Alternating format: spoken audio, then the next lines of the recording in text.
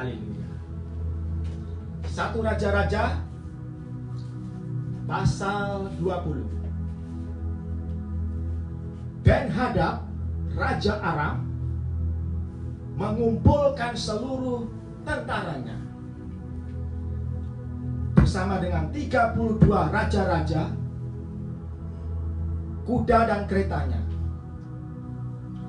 mengepung kota Samaria dan akan menyerang Samaria dan penduduknya. Ben-Hadad Raja Aram ini sudah beberapa kali, 2 kali. Ini dia pertama kali menyerang, mengepung Samaria pada zamannya Nabi pada zamannya Nabi Nabi Elijah dan muridnya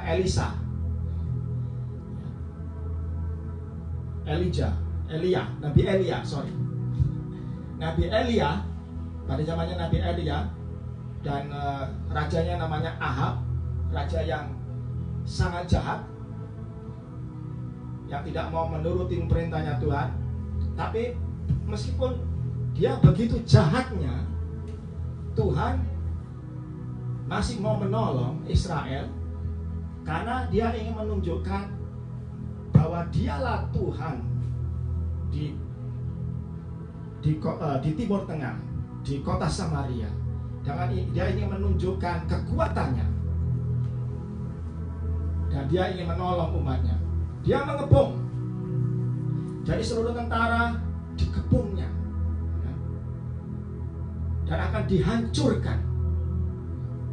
Dan raja mengirim utusan kepada Raja Ahab, Raja Ben-Hadad, dan dia berkata sangat-sangat brutal, sangat sadis, luar biasa.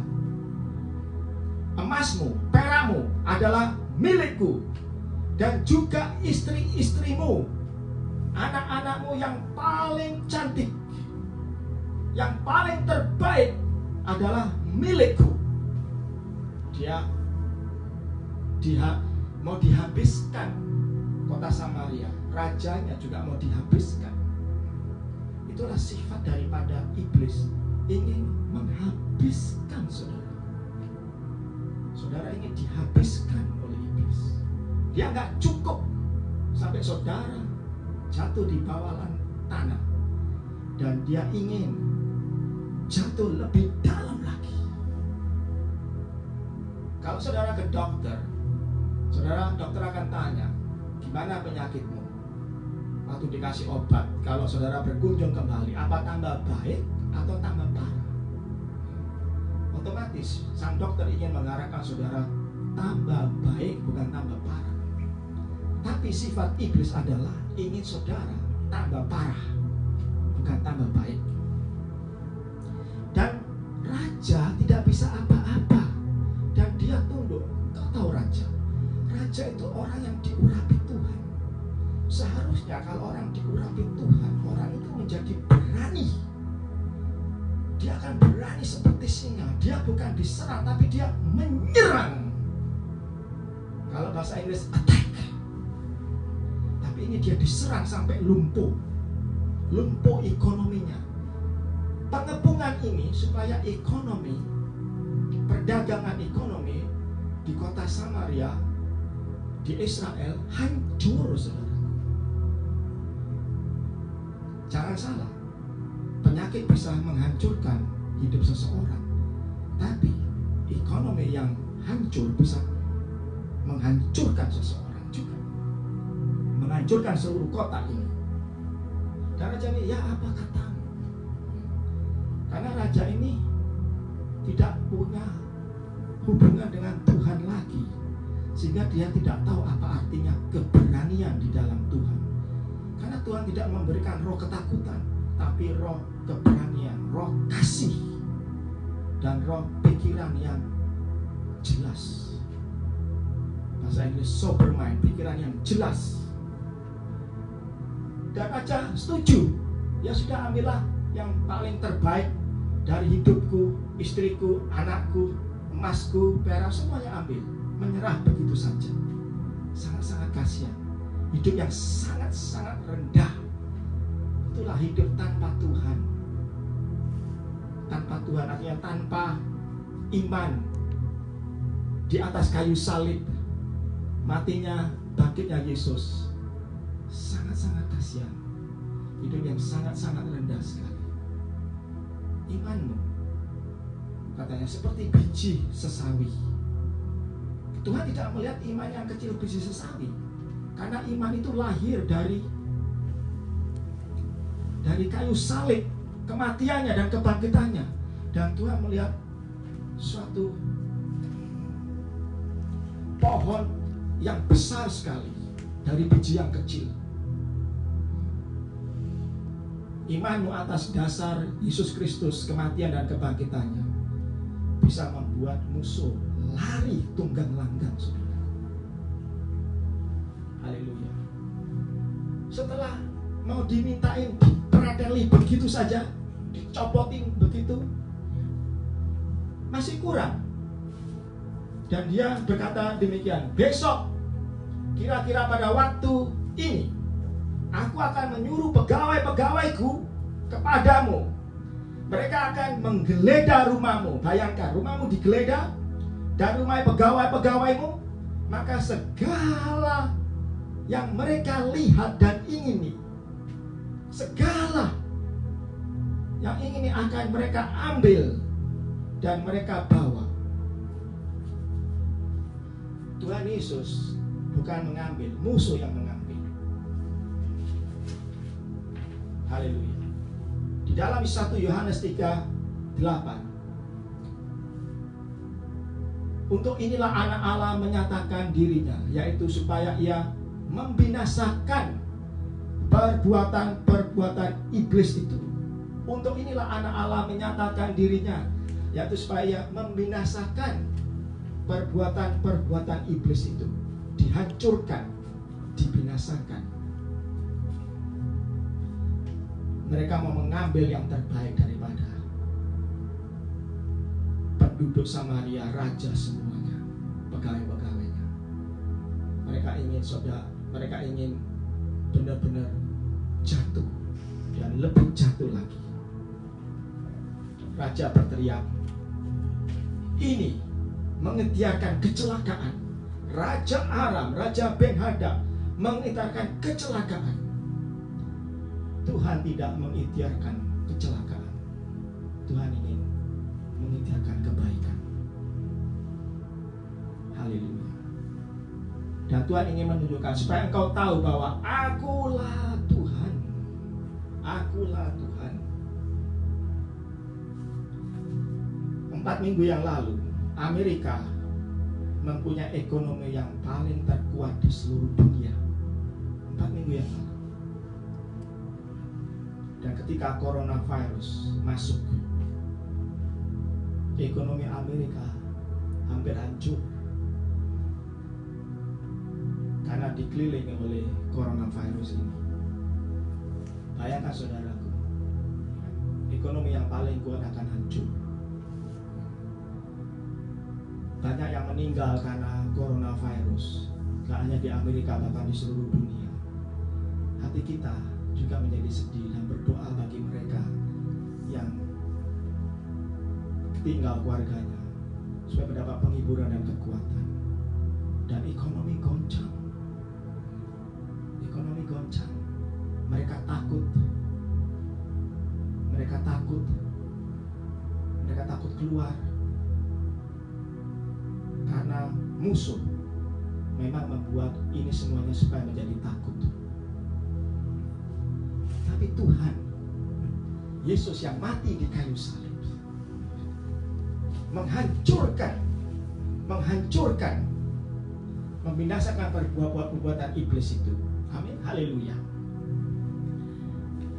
Kolose 2, kita katanya dituduh sebagai orang-orang yang melanggar, dan hukum itu mendakwa, mengancam kita. Tapi terima kasih untuk Yesus yang telah mati di kayu salib. Kolose 2 ayat 14. Dan itu ditiadakannya dengan memakukannya pada kayu salib. Dan ia telah melucuti pemerintah-pemerintah dan penguasa-penguasa dan menjadikan mereka tontonan umum dalam kemenangannya atas mereka. Di kayu salib ada kemenangan yang luar biasa. Jadi kota ini dikepung dan mereka di dalam sangat-sangat ketakutan. Tujuannya mengepung kota ini supaya ekonomi mereka menjadi berantakan dan hancur, dan mereka hidup di dalam ketakutan. Saya mendengarkan seorang dokter psikologi tempo hari di TV, bahwa kalau kita hidup dalam ketakutan begini terus, akan mendatangkan banyak penyakit dan bunuh diri karena orang stres dalam ketakutan.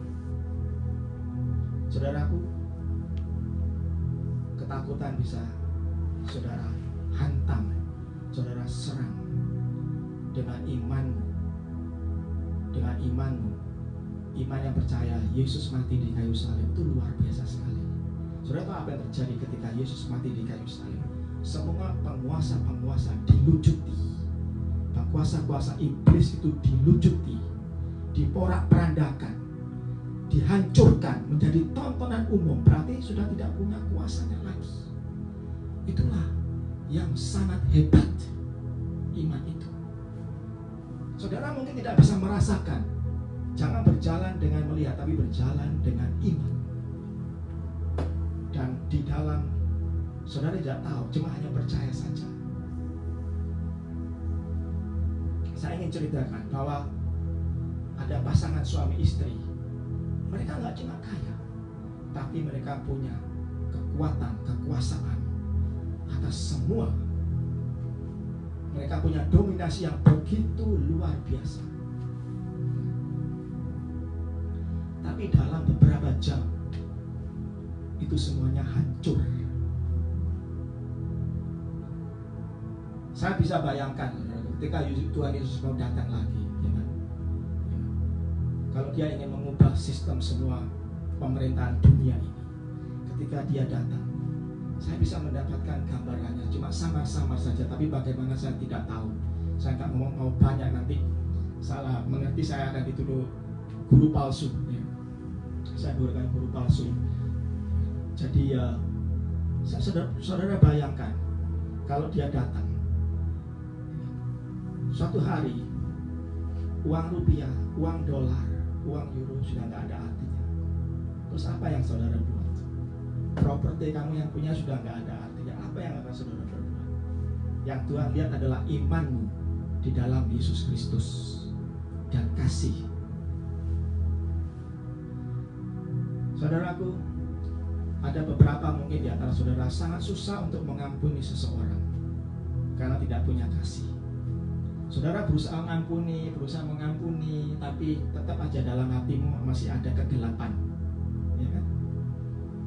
Kemudian kita pura-pura supaya kita kelihatan rohani dan kelihatan baik. Oh ya, mengampuni, ngomong sana sini, mengampuni, pakai status di Facebook mengampuni, tapi dalam hatinya saudara dicapik-capik karena sangat benci sekali sama orang ini. Dicapik-capik. Malam hari ini praktekkan saudara. Ketika Yesus mati di kayu salib, dia itu mati buat orang-orang jahat, orang-orang brengsek, orang-orang yang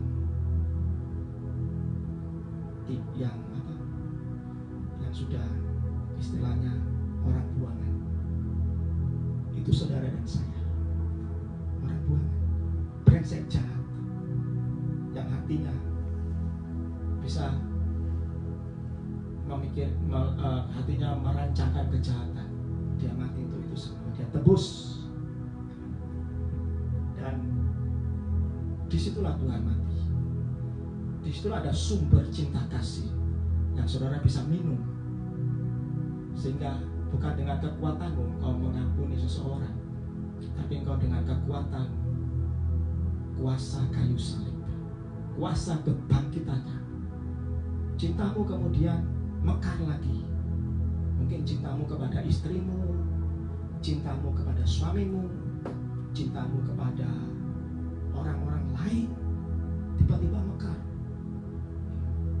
senyummu muncul kembali.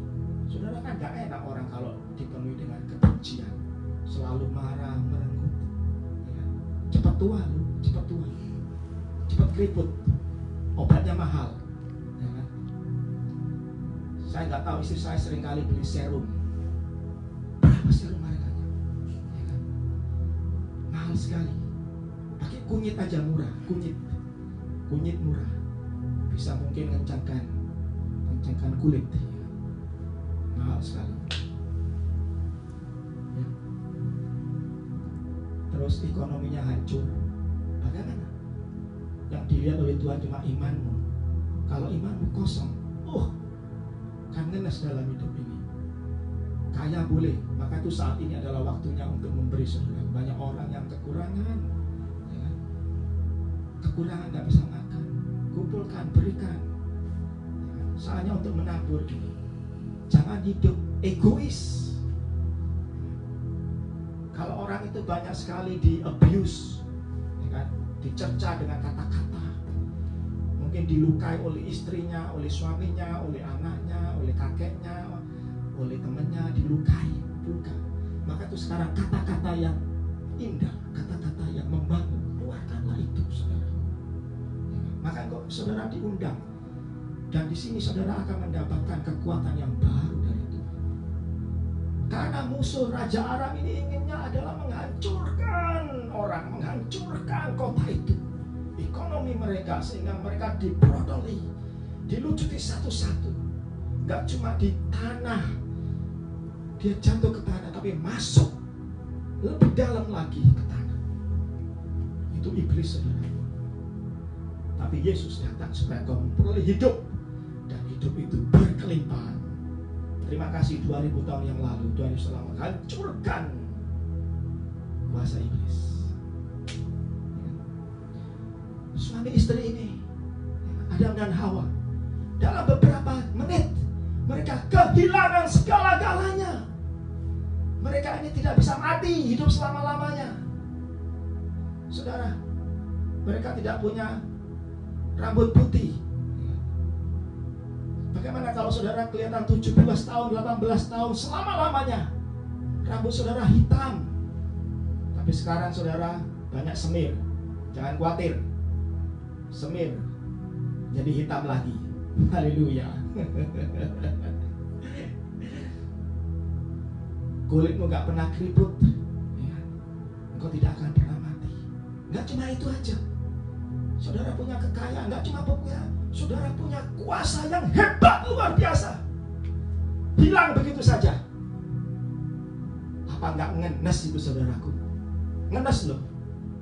Maka itu dia, Yesus berkata waktu di kayu salib, Allahku, Allahku, mengapa engkau meninggalkan aku? Yesus tidak pernah memanggil, dia selalu biasanya memanggil Bapak, gak pernah memanggil Allah dia.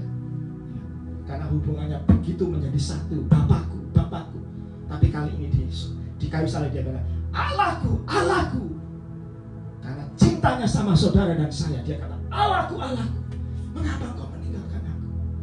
Supaya kita semuanya ini melalui Yesus, kasih karunia masuk kembali ke Taman Firdaus, mempunyai kuasa seperti Adam dan Hawa, menjadi luar biasa sekali.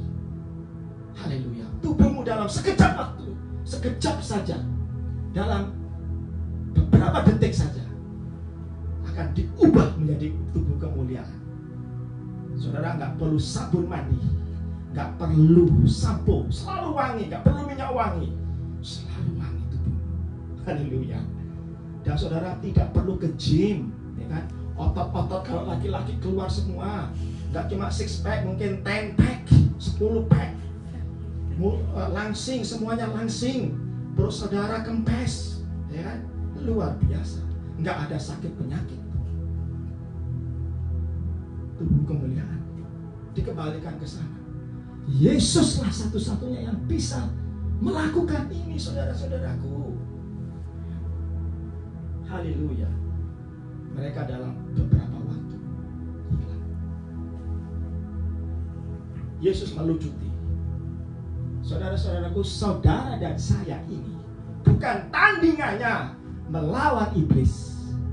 Bukan tandingannya kita melawan iblis. Saya sering kali menonton petinju Mike Tyson tahun 90-an. Saya suka sekali betapa agresifnya, kuasanya, dia bisa knock out orang yang lebih besar dari dia, ya kan? Luar biasa sekali. Kecepatannya, senang sekali melihat. Bayangkan kalau saya disuruh tinju sama Mike Tyson, mungkin dalam waktu 1/4 detik saya sudah ada di bawah lantai, saudaraku. Demikian juga saudara, kita ini bukan tandingannya lawan Mike Tyson, ya kan? Tapi Mike Tyson pernah dikalahkan sama Holyfield. Haleluya. Sebab demikian juga kita ini bukan tandingannya lawan iblis, ya. Tapi iblis bukan tandingannya melawan Yesus. Bukan ada tandingannya, ya. Mereka mau dilucuti, mau dihabiskan, tapi Tuhan memberikan kemenangan. Di kayu salib semua dilucuti. Terus mereka punya akal demikian katanya. Saudara, kita sangat mengira-ngira, ya kan? Mungkin saudara berkata virus ini dari Tuhan supaya kita diajar. Saya tidak mau menjawab itu. Saudara pikirkan aja, ya kan? Banyak kontroversi. Saya tidak mau kondangan kontroversi malam hari ini. Setelah dikalahkan, ini tentara yang besar. Menurut pasal 29 ayat 20, dalam satu hari Israel itu bisa mengalahkan 100.000 tentara Syria. Ini berapa ratus ribu dikalahkan begitu saja dengan mudahnya. Terus mereka mengira-ngira begini. Pegawai Raja Aram berkata kepadanya, Allah mereka ialah Allah gunung. Itulah sebabnya mereka lebih kuat daripada kita. Lebih kuat daripada kita. Allah kita lebih kuat daripada musuh kita. Saudaraku, Yesus, iblis bukan tandingannya melawan Yesus. Dengan kelingkingnya habis dia. Kalau kita melawan Yesus dengan agama, kapan kita akan menang? Agama tidak akan memenangkan melawan Yesus. Agama tidak akan memenangkan melawan iblis. Dia bisa bermain-main dengan saudara. Dia bisa bermain-main dengan agama. Tapi ketika Yesus mati di kayu salib, dilucuti kekuatan mereka, kuasa-kuasa mereka hancur habis. Kerajaan iblis bangkrut habis-habisan. Ekonomi mereka hancur semuanya dengan kematiannya di kayu salib. Yesus bangkit dan dia akan datang kembali. Saudara-saudari, dia mau saudara percaya bahwa dia mati untuk dosa-dosamu, penyakitmu, dan dia bangkit kembali. Sangat mudah, percaya.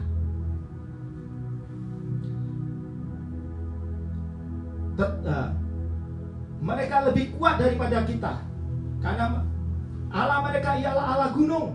Karena dia di gunung katanya, bisa menang. Tapi apabila kita berperang melawan mereka di tanah rata, pastilah kita lebih kuat daripada mereka. Salah besar.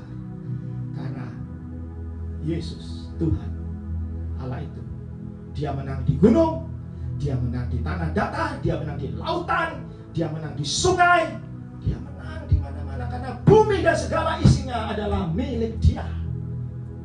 Kemenangan terjamin. Karena Yesus mati, dia bangkit. Maka itu Tuhan berkata kepada Nabi, aku akan menyerahkan seluruh tentara yang besar itu ke dalam tanganmu, supaya kamu tahu bahwa akulah Tuhan. Tuhan ingin memberi kekuatan. Kalau Tuhan bisa menyembuhkan sakit kanker, encok, panas, orang heart attack, Tuhan bisa juga menyembuhkan penyakit COVID-19 ini. Banyak orang di seluruh dunia berdoa, hamba-hamba Tuhan, perempuan laki-laki berdoa supaya ini pergi, saudara. Marilah percaya supaya ini pergi dan perekonomian dunia kembali semula, dan musuh yang mengepung itu dihabiskan. Karena Tuhan ingin menunjukkan kepada Indonesia, kepada Amerika, akulah Tuhan. Kita tidak berdoa untuk kemenangan, karena kemenangan sudah terjadi 2000 tahun yang lalu. Kita mengikuti dan kembali kita aktifkan. Haleluya. Ingat,